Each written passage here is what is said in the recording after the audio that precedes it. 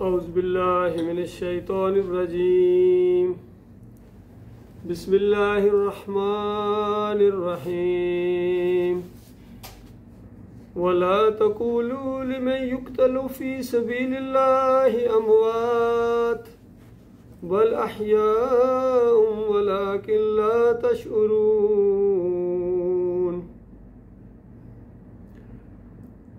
ये सूरह अल-बकरा की 154 नंबर आयत है।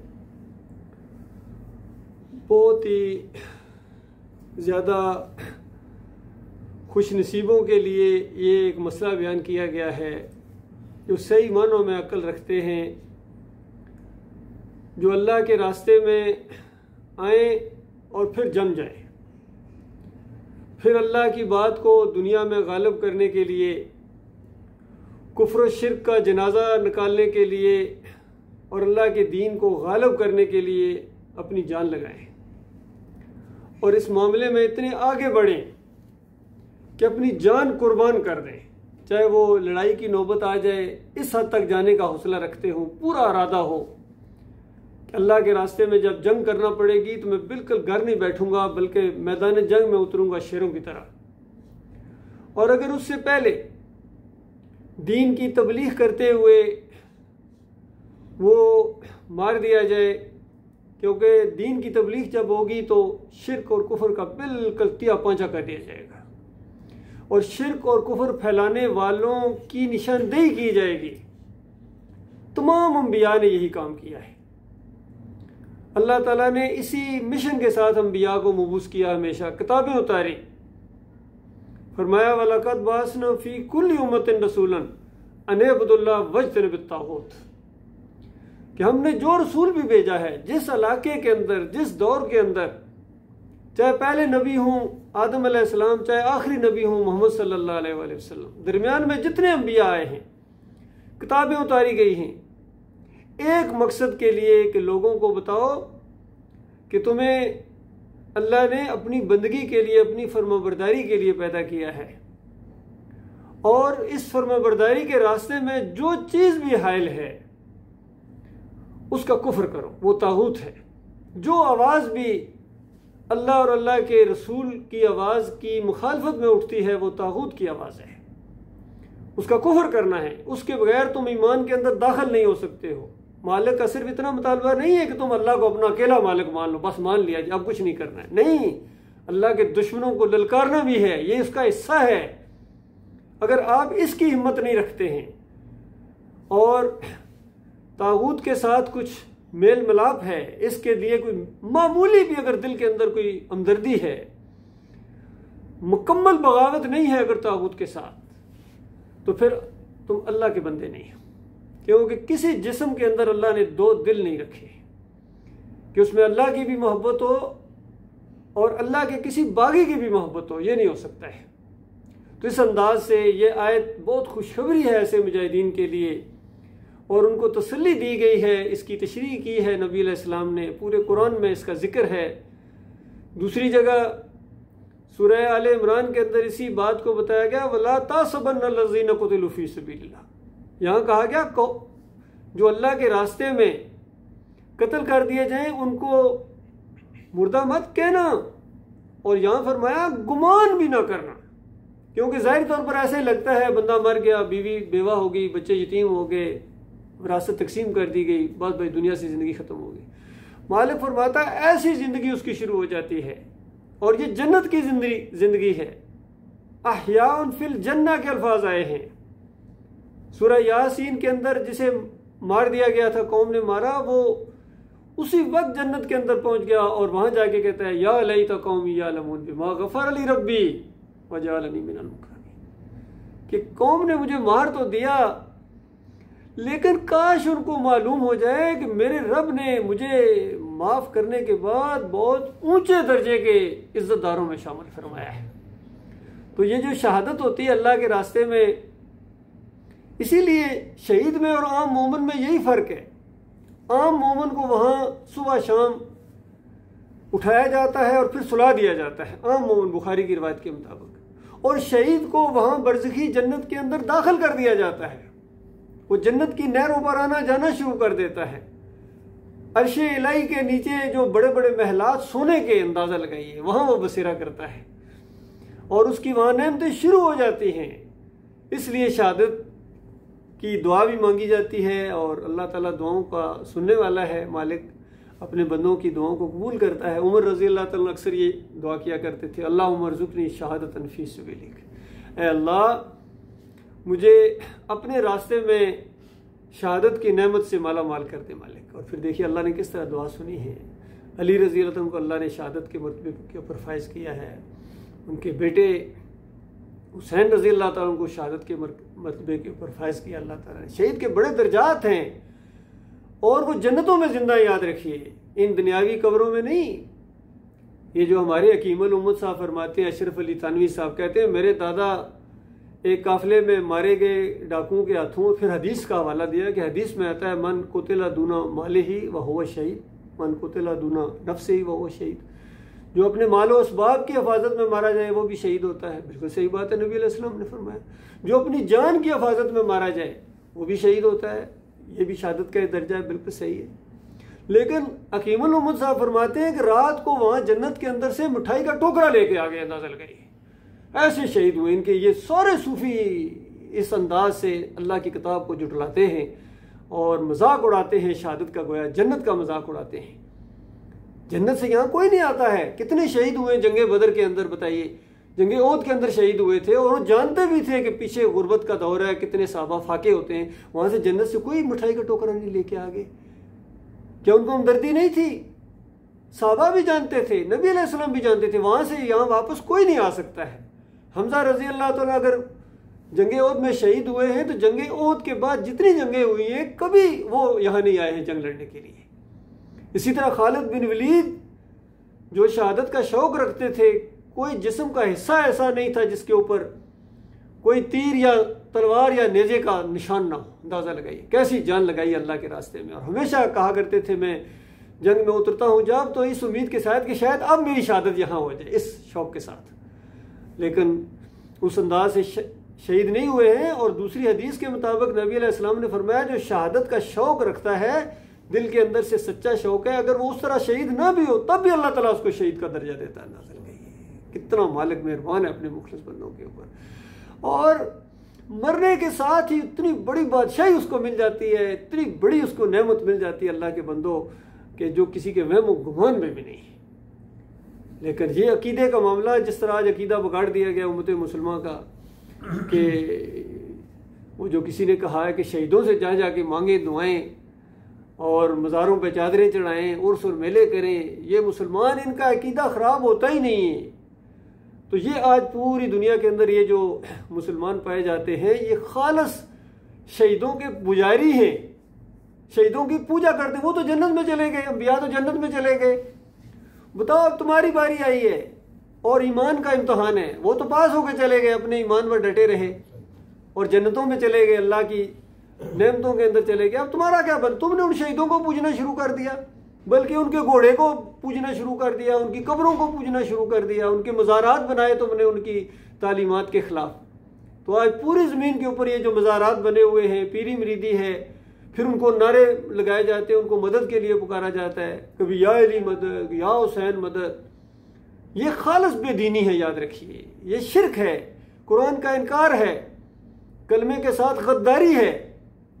तो ये सारे के सारे आज जितनी ये सोशल मीडिया के ऊपर देखो, एक समुंदर, एक तूफान कुफ्र शिरक का हर जगह ये उमड़ आया है। और ये हमारे जितने ये उलमा समझे जाते हैं ये उसको और ज़्यादा हवा देते हैं, चाहे ये अली इंजीनियर साहब हूँ, चाहे ये तारिक जमील साहब हूँ, फजल रहमान हूँ, जितने भी सारे लगे हुए हैं, तारिक कादरी हूँ, और जितने भी मसलक पाए जाते हैं इन दिनों के अंदर इस बदअकीदगी को, क्योंकि सबका ये अकीदा है, कोई एक भी ऐसा नहीं जिसका ये अकीदा ना हो कि नबी अलैहिस्सलाम कब्र में जिंदा। अंदाज़ा लगाइए, गौर फरमाए अल्लाह के बंदो, जो नबी अलैहिस्सलाम की दावत को माने और इस दावत की वजह से अपनी जान दे दे, वो तो जन्नतों में चले जाएं, और जिसने ये दावत दी है वो कब्रों में जिंदा है, दिमाग नहीं काम करता है। ये मामला अल्लाह के बंदो, नबी अलैहिस्सलाम जन्नत अल फरदौस में आला मकाम अल वसीला है, उसके अंदर जिंदा है, मदीने वाली कब्र में नहीं। क़यामत से पहले कोई रूह इस जिस्म के अंदर वापस नहीं आ सकती है। बिल्कुल, ये कुरान का आखिरी फैसला याद रखिए। सुम्मा इन्नकुम बाद ज़ालिका लमय्यतून सुम्मा इन्नकुम यौमल क़यामति तुबअसून। इस जिंदगी के बाद मौत है, फिर क़यामत के दिन उठोगे। कहीं फरमाया अमवातुन गैर अहयाए, ये मर चुके हैं, इनके अंदर जिंदगी की रमक तक बाकी नहीं है। वमा यशरूना अय्यान युबअसून, इनको तो अपने बारे में नहीं मालूम है कि कब इनको जिंदा करके अल्लाह उठाएगा। तुम्हारे हलवों की, तुम्हारी पुकारों की, तुम्हारी नजरों न्याजों की उनको क्या खबर। और दूसरी जगह मालिक फरमाता है वह यौमल क़यामति यकफुरून बिशिरकिकुम, ये जो तुम पुकार लगाते और कहते हो सुनते हैं सुनते सुनते, आने दो क़यामत का दिन। मालिक फरमाता है तुम्हारे शिर्क का इनकार कर देंगे, तुम्हें काफिर करार दे के तुम्हारे दुश्मन बन जाएंगे। वकानू लहुम आदा, अपने पुकारने वालों के दुश्मन बन जाएंगे। उस वक्त क्या इनके ऊपर बीतेगी अल्लाह के बंदो। एक बेबसी का ऐसा खौफनाक मंजर कुरान पेश करता है कि इतने गुस्सा इनको अपने ऊपर आएगा। और सूरह अल मोमिन के अंदर जहां मालिक ने पहले मोमिनों की तारीफें की, उनकी हौसला अफजाई की कि मोमिनों अगर आज दुनिया के अंदर तुम्हारी बेबसी है, तुम्हारी कमजोरी है, कोई तुम्हारी बात मानने के लिए तैयार नहीं है, लेकिन ऊपर देखो तुम्हारे साथ क्या मामला हो रहा है। वो फरिश्ते जिन्होंने अर्श को उठाया हुआ है और जो बिल्कुल करीब वो जो तवाफ कर रहे हैं और मालिक की हम्दो सना बयान कर रहे हैं, वो फरिश्ते तुम्हारे लिए दुआएं कर रहे हैं कि या अल्लाह, जिन लोगों ने तेरा रास्ता इख्तियार किया है, कुफ्र और शिर्क छोड़ दिया, हालांकि इससे पहले भी तुम इसी जमीन के ऊपर, उस वक्त इन्होंने दुआएं क्यों नहीं की थी। लेकिन जब तुमने कुफ्र और शिर्क का रास्ता छोड़ा है, मसलकों को छोड़ा है, कब्र परस्ती को छोड़ा, तावीज़ परस्ती को छोड़ा, पीर मिरीरी को छोड़ा, हर शिर्क से तुम बेजार हो के तुम अपने मालिक की तरफ रुख किया तुमने। और जब मालिक ने उनको बताया तुम्हारे बारे में, मालिक ने इतला दी है उनको, और उनकी ऐसी दिलचस्पियां तुम्हारे साथ दुआएं हैं कि बिलक बिलक कर अपने मालिक से फरियादें करते हैं कि मालिक उनको माफ कर दे। उनके आबा अजदाद में से भी जो मोमिन है या अल्लाह उनको माफ कर दे, उनके अंदर नस्लों में से भी जो मोमिन है उनको माफ कर दे। और मुशरिकों को बिल्कुल निकाल देते हैं, क्योंकि फरिश्तों को पता है शिर्क करने वाले की माफी नहीं है, और शिर्क करने वाले के लिए दुआ मांगना बहुत बड़ा जुर्म है। हाँ, जब तक वो जिंदा है उसकी हिदायत की दुआ मांगी जा सकती है, लेकिन अगर वो शिर्क पर मर जाए फिर मालिक का ऐलान सुने। मालिक फरमाता है मा काना लिन्नबी वल्लज़ीना आमनू अन यस्तगफिरू लिलमुशरिकीन, किसी नबी का ये काम नहीं है, किसी मोमिन का ये काम नहीं है कि शिर्क करने वाले के लिए इतनी बात कहे कि या अल्लाह इसको माफ कर दे। इतना बड़ा ये फैसला किया मालिक ने, क्योंकि मालिक ने पूरा कुरान भर दिया, तमाम अंबिया की दावत दे, देखना शिर्क ना करना। इस कायनात को इसी मसले के लिए बनाया गया कि अल्लाह अकेला है या अल्लाह के अलावा भी कोई इलाह है, बस इसका इम्तहान है।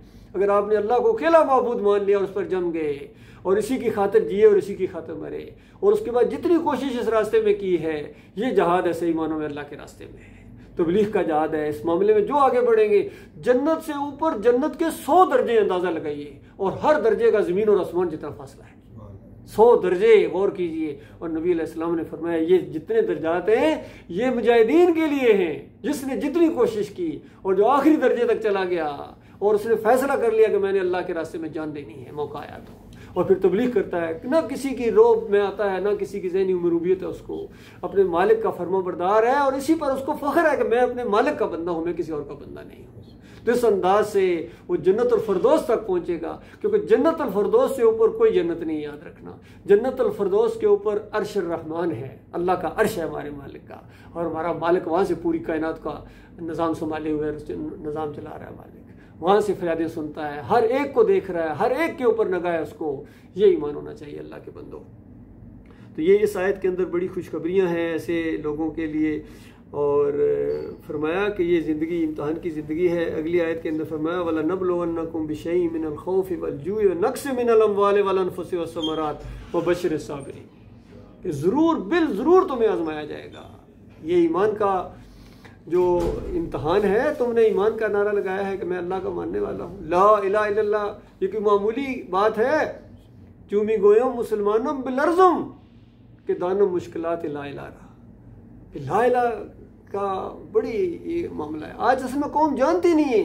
ला इलाहा इल्लल्लाह कहने के बाद अंदाजा लगाइए, फिर ये कल की खबरें थी, 3 किलोमीटर लंबी लाइन लगी हुई थी जन्नती दरवाजा से गुजरने के लिए। 3 किलोमीटर गंज शकर के मज़ार के ऊपर, जिसमें पहले कभी किसी दिन इमरान खान साहब भी गुजरे थे। सबका ये अकीदा जन्नती दरवाज़ा अंदर ये इन्होंने जन्नत दुनिया के अंदर बनाई है जो मुहर्रम के अंदर खुलता है। और एक साल उन्होंने दरवाज़ा नहीं खोला था, इतनी भीड़ थी, कितने बंदे मर गए थे, अंदाज़ा लगाए। ऐसा जन्नत है जिसमें जाने के लिए पुलिस ऐसी सोटियों की बारिश करती है इनके ऊपर। ये शैतान अपने काम भी शैतानी तरीक़ों से करता है, फिर भी इनकी आंखें नहीं खुलती हैं, अंदाज़ा लगाइए।